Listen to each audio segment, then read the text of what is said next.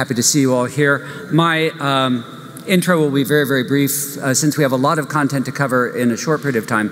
So I would like to welcome to the stage Jim Spaeth and Alice Sylvester from Sequent Partners. They're going to present an analysis of attribution models and marketing mix models and a comparison of those that was commissioned by SIM, Jane Clark's organization. So.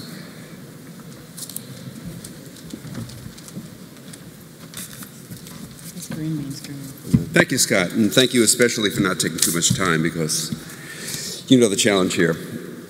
So, enough of that. There we go. Okay. So, there's been a lot of discussion in these past several days about matching, linking, integrating, and particularly given that we're in Porto, we like the notion of calling it bridging because this is a city of bridges. But before I go too far off on that kind of a tangent, the first thing I want to do is to thank Jane Clark, just entering the room, and SIM and the 4As, the American Advertising Agency Association, for sponsoring this work. They enabled us to do a series of depth interviews with advertisers and agencies. We were able to probe very deeply into the practices and the offerings of 21 of the leading modeling providers, and that gave us a good grasp of what's going on in the landscape.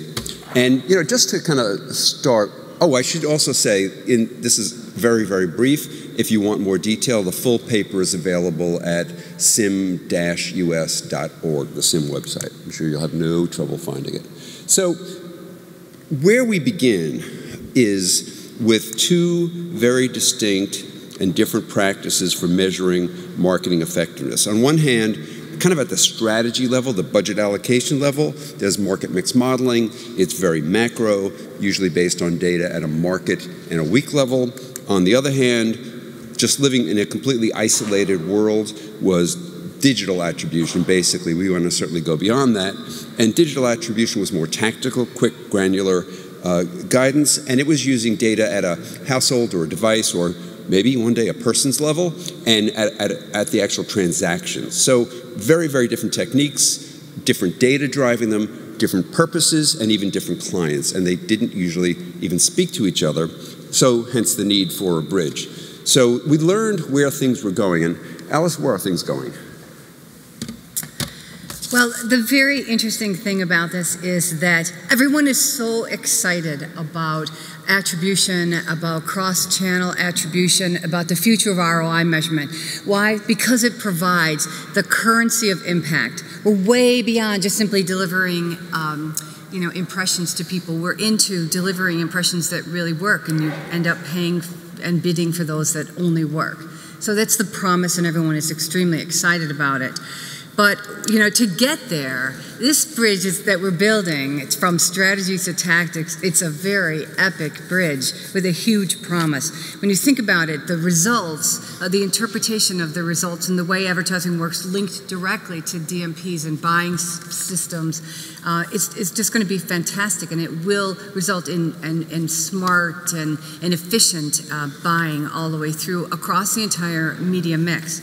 But in order to get there, there's quite a challenge at hand. We'll have to be granular and have the tempo for mid-course optimizations, which you can do now with digital, but we're really talking about doing the entire spectrum. Measured causality across the entire marketing plan with baselines, the sales that would have happened naturally without any marketing, the ability to look at sequencing and journeys, all the purchase drivers and motivations and relevant factors like the weather or consumer confidence and things like that. Measures of brand health have to be included in this system just to inform creative and to make the whole thing work better. And on top of it, it's going to have to reflect everything we know about how advertising works. If we just look at attribution A/B testing and ignore everything about ad stock and all the different ways that we already know advertising works, we're not going to be advancing this very far. So what our study learned is that there are two practices right now in the industry. One is an integrated market mix model and digital attribution approach, and the other is just simply straight up attribution, coming right out of digital, but quickly moving into television attribution as well. And we're going to spend a little bit of time on each one of those practices. So one of the challenges is attribution till recently has been used primarily to decide, is it A or is it B? Do I put it here or do I put it there? And can I get incremental gain from making the right decision in the moment? It hasn't been asked to say, what's the value of A and B and C and D and everything else in the mix, everything else that drives consumers. So we suddenly have a much more difficult challenge for attribution. And for many people, the approach to that is to link market mix modeling and attribution. So market mix modeling has been in use for 25, 30 years. It's over time become trusted. It's the source for measuring ROI. But then you can't drive tactics with mix modeling. So by nestling attribution within mix modeling, you're kind of getting best of both worlds, although it is quite a burden. You know, it requires more granular data at a geographic and a temporal level, media, creative and things like that. It requires much more frequent model updates. I mean, it would not be unusual for a mixed model cycle to be annual as opposed to weekly or, God forbid, daily. So it does put a much greater burden on the technique, and it also still depends on quite a lot of historical data, kind of the rear view mirror complaint that some will voice. And the other little bit of magic here is, well, how do you link those models? So if you want to constrain the attribution model to work within the ROI parameters set by the mix model, how does that information get passed down? That's a significant piece of innovation there. On the other hand, there are those people who will go for what I like to call unbridled attribution. Those are the brave souls who see the new world and are just going for it. But the challenges to attribution on its own without that kind of mix modeling protective coding is you need complete unbiased data at the person and households level. And we've heard a lot about that today, yesterday, and so on. You need links between offline and online. You need data that's nationally representative. So do we have that? Well, I think everyone in this room knows the answer is, yeah, not quite yet. So the challenges for modeling tend to be more about the data, incomplete data streams. So what's the problem from a modeling perspective? You can, with an incomplete data stream, you can have bias. You can be missing steps in the consumer journey. You could be lacking coverage. We have a lot of innovation, but not a lot of public validation. Where we should have transparency, we have a lot of this, just a lot of hand waving. Where we should really have deep understanding on the part of clients, we have a bit of confusion. And where we should have organizations ready to adopt, we don't. Where we have cross-platform modeling, we don't have cross-platform organizations. So how are we going to fix all that? Yeah, that's actually the question. Are we ever going to get to a point where there's a gold standard or a set of principles that are associated with the mixing of these approaches and the matching of the data and the whole orientations? We know that there's a lot of work to do, and the paper that we wrote specified some very next steps. We recommend that there be 4 working groups to construct these bridges through attribution and market mix models. First of all, let's finish digital attribution. The issue of what things cost, a very important aspect of return on investment, how much did everything cost, is an outstanding question. Linking offline outcomes, going from digital to the store, adding brand baselines, as I said, the things that would happen, the sales that would happen naturally, and other offline marketing drivers have to be added. Otherwise, digital attribution, otherwise the digital component is overstated. The second area is to develop the cross-platform attribution. Start with television, integrate as much television as possible, and then other media are waiting behind it, in radio or in out-of-home or in magazines, to be added into the full picture of cross-platform attribution. Brand metrics, brand health metrics. And then the need for transparency is very keen. One of our interviews said that transparency runs the gamut from a white box to a black box. So we have to take attribution techniques in layman's language, have people understand what's actually going on behind it, and validate some of the approaches and some of the models that are coming out of it.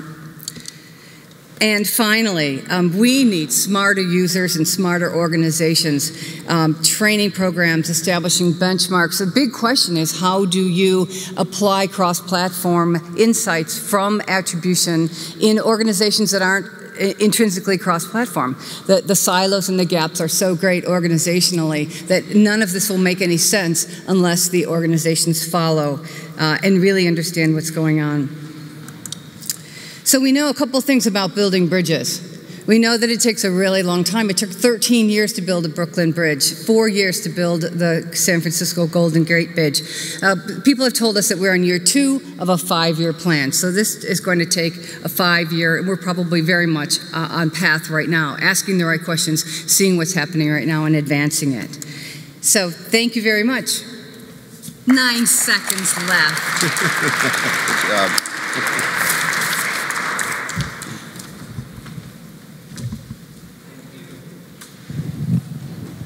Is this live? Yeah, okay. Thank you. So while people think of their questions, let me start with one of my own. So your printed report identifies, I think it's 27 different statistical models that are presently in use for these kinds of analyses. How would an end user begin to ask questions about which is the appropriate model? And since you also identify data as being an important concern, what questions would they be asking a vendor to make a choice? In terms of the data, there's a lot of incomplete data. There's a lot of data that belongs in certain pockets. And the most important question is whether or not the data that the modelers will be using is reflective of your brand. You know, if you are a grocery store brand and they have the grocery store data, great. If you're a grocery store brand and they don't have the grocery store data, then that's a problem, and that's not okay for you. And of course, that's an extreme example, but there are gradations of that all the way through. Yeah, from the modeling perspective, that is one of the things that really made our heads spin, because we've been in this space for quite a while. There are a number of interesting techniques in use in econometrics for mixed modeling, but the number of new techniques that have come in to be able to deal with transactions at the household or person's level is just head spinning. And we'll thank our friend Kate Serkin for the suggestion that everyone needs a fit-for-purpose guide. I just love the language. And you know, it depends on what you want to do. Is this model going to work for this purpose or for that purpose? And we're actually hoping as a next step to be able to produce something of that sort. So when a vendor comes and says, hey, we offer this benefit and we deliver it with this model, you can go, wait, that's not meant for that purpose. It won't work. Okay. Do we have questions from the audience?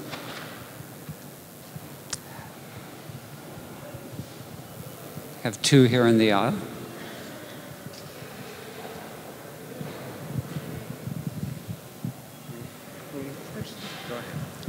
All right. So I have a quick question about your paper. What role, I think the industry, as you heard on the prior panels, is doing a lot of work to evaluate the quality of exposure. Could they actually see the ad? Was it a person?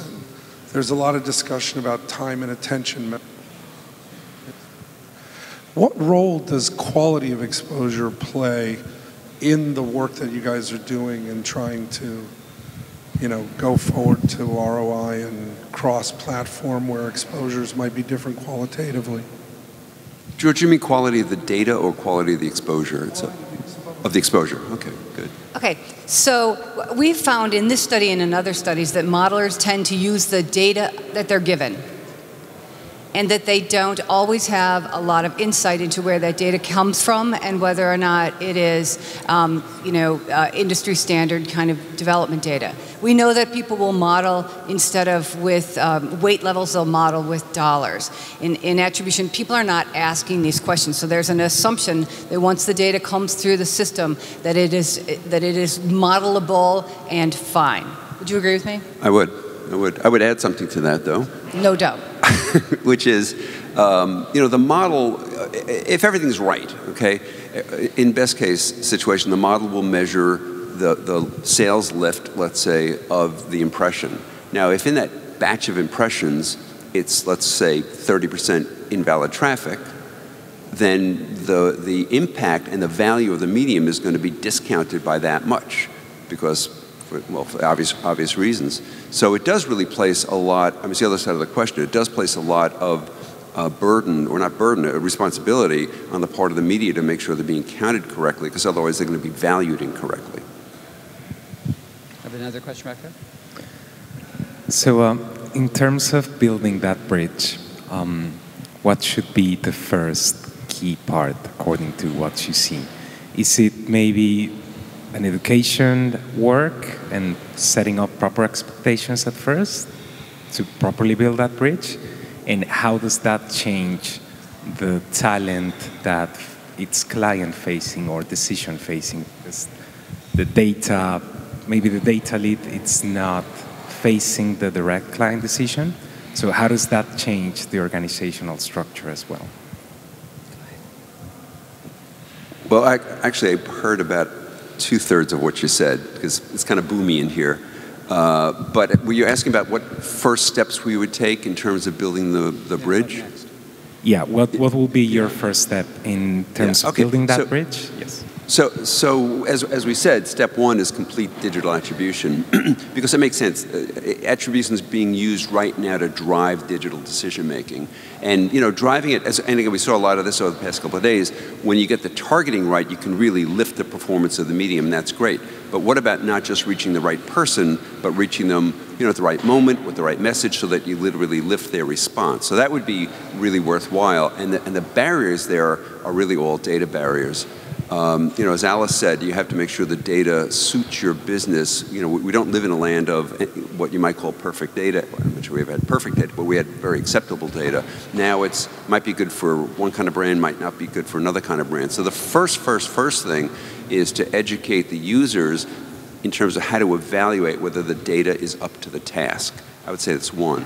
The second thing is the walled gardens, which you heard an awful lot about, because when you think about data outages, those are the biggest single data outages for most advertisers. Another huge issue we find is data matching, because any single data stream isn't adequate. You need to be able to link them together. And I don't know that there's, let me just politely say, an excellent method right now for data matching. So it all comes back to the walled garden, as always. We have run out of time, so I thank Jim and Alice, and also the audience for some very good questions. Thank you.